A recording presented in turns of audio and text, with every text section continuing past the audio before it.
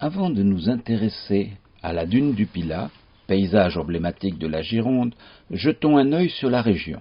L'Aquitaine est une terre de sable.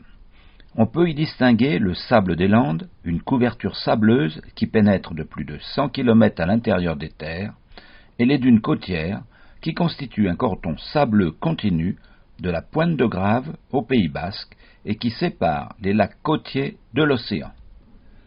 Les géologues ont pu dater l'histoire récente du sable des Landes. Nous voilà il y a 20 000 ans, au plus fort de la glaciation.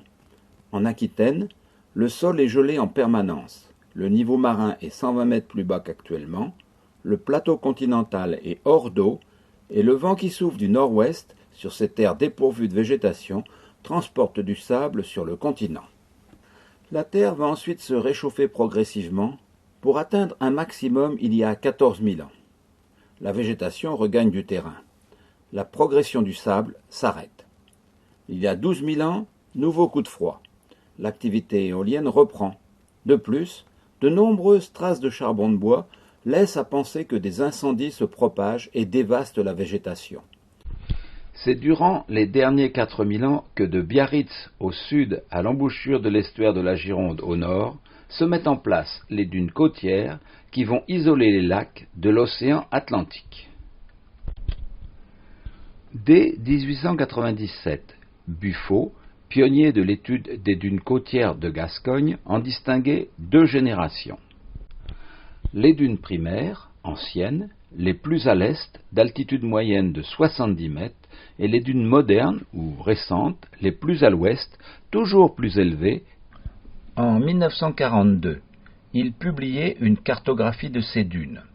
De plus, il reconnaissait et décrivait le long du littoral des affleurements d'anciens sols ou paléosols visibles sous la dune littorale qui est le cordon sableux non boisé bordant la plage. Du point de vue morphologique, ces dunes sont en forme de croissant. Les dunes primaires sont toutes des dunes paraboliques chevauchantes et les dunes modernes sont pour la plupart de type Barkhane. Ces types de dunes dépendent de 2 facteurs, la quantité de sable disponible et la force du vent, comme vous pouvez le constater sur ce schéma. Des études récentes ont pu préciser la chronologie absolue de ces 2 générations.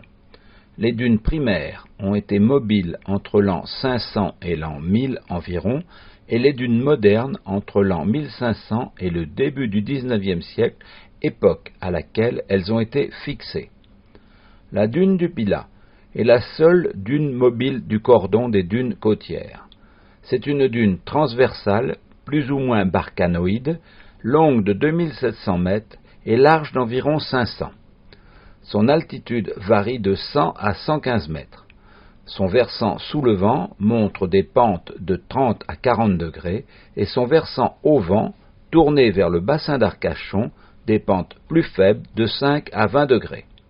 L'histoire complète des dunes côtières est enregistrée dans la dune du Pilat. La face au vent de la dune du Pilat présente plusieurs discontinuités soulignées par de la matière organique. Ce sont des sols anciens ou paléosols. Allons voir cela sur le terrain.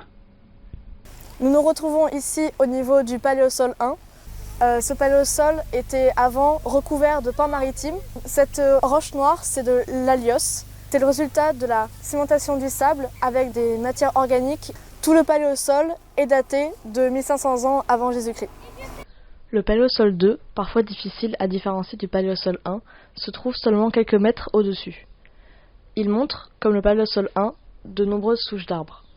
Les âges moyens de ces souches sont de 1350 et 1200 avant Jésus-Christ. Nous sommes maintenant au niveau du paléosol intermédiaire, que l'on peut dater entre 900 et 800 avant Jésus-Christ.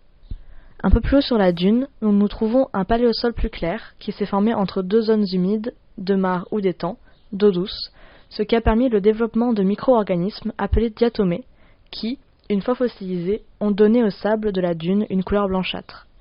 Il n'y a aucun marqueur qui permette de dater précisément l'âge de ce sol, mais on peut émettre l'hypothèse qu'il est contemporain de l'an 0.